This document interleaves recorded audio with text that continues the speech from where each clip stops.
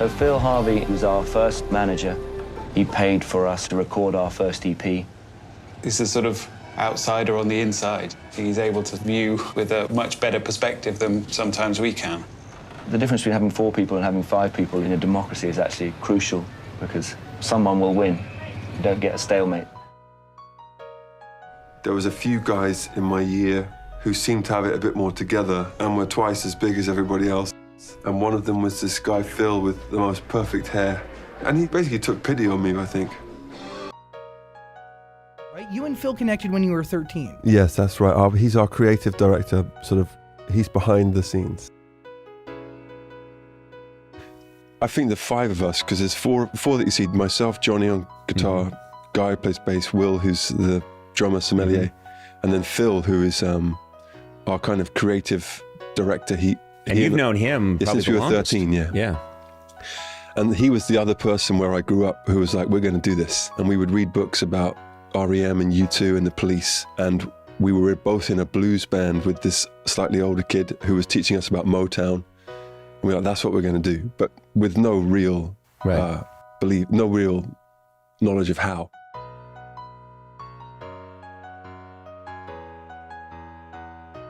Do you remember that first meeting with him?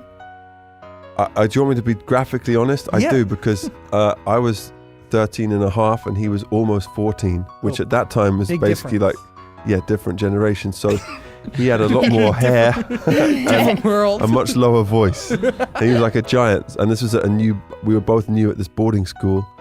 So I was like, I need to attach myself to this guy because he's going to basically protect me. Because he's huge and great at sport.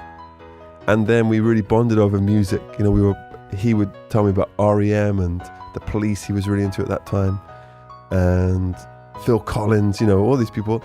And then his best friend at that time had a blues band. He was a year older than us, and he asked me to be in that band and play piano. And so we just started to gravitate towards music together. But yeah, he and I have been together since then.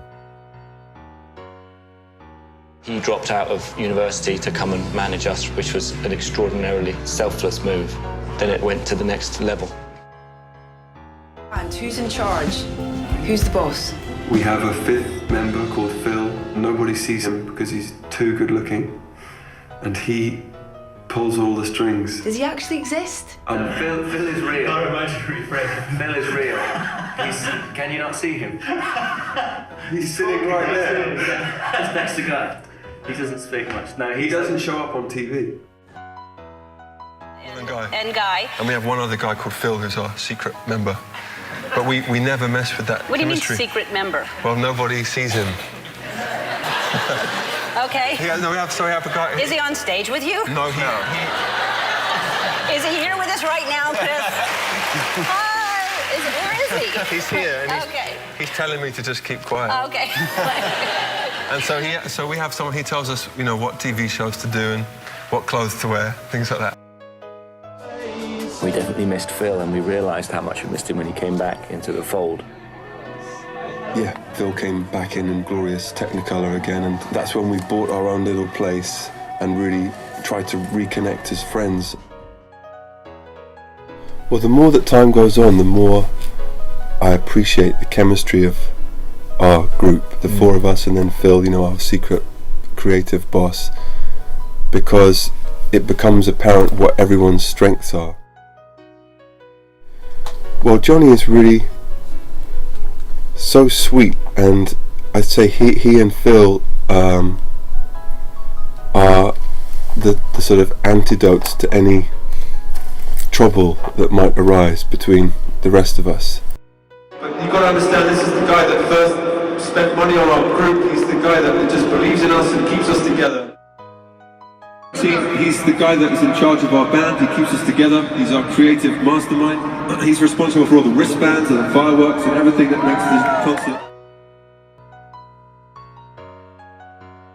So, for whatever reason, we've all got our gifts in the world, and mine is I get sent songs and I get a very clear idea of where we're supposed to go as a band, and I get sent ideas all the time for this and this and this and this and this and this and this. And So, and Phil does too in a different way for more sort of where we should play, or let's release an album then, or something like that. So, I wish you at home could see what Phil looks like. He looks like a cross between RoboCop and I don't know who else. Darth Vader when his mask is off.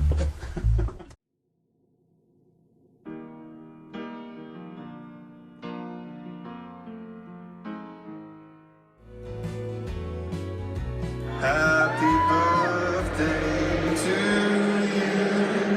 Happy birthday to you. Oh, happy birthday, dear Phil. Happy birthday to you. Phil, we love you.